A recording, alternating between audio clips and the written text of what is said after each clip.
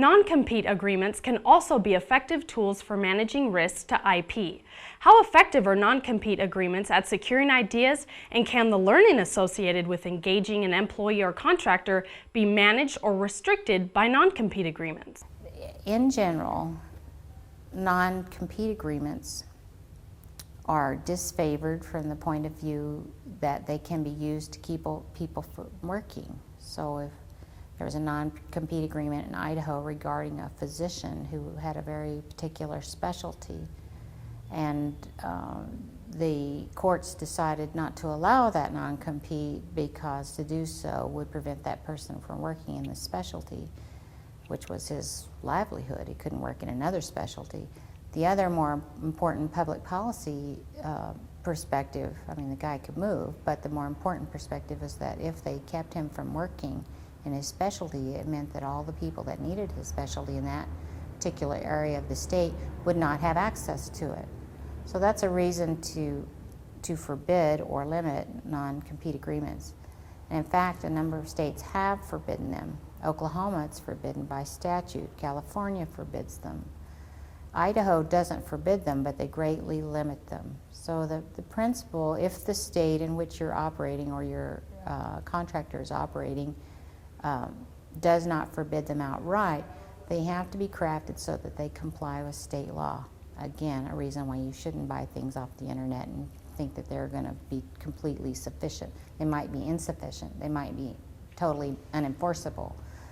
So you want to make sure that it comports with the law, the requirements of the law in the jurisdictions where you're operating. In Idaho, they can be effective if non-competes can be effective if they're drafted properly.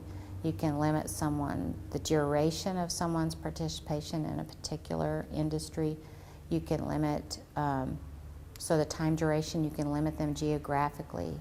But you can't limit them from practicing their business. They can practice their business in Utah or California, somewhere else, as long as they're not going to practice in your backyard or within your reasonable market, is how they will look at that decision. And the deal is, if it's not properly crafted under the particular state law, and Idaho won't enforce them at all. They won't go in and change the terms to make them appropriate for the law. They just will not enforce it, period. So worth nothing. Now that said, there are a number of other mechanisms you can use to get at the protections that a non-compete is really trying to get at.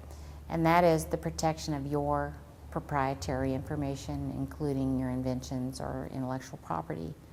And the way you do that is through a non-disclosure agreement. There's also a number of state laws and federal laws that make it illegal for someone to, say, tamper with your computer to try to get the intellectual property, or to steal your trade secrets. I mean, so there's a combination of things you can do with NDAs and state and federal law that will probably give you enough protection that you wouldn't need in every instance to rely upon a non-compete agreement.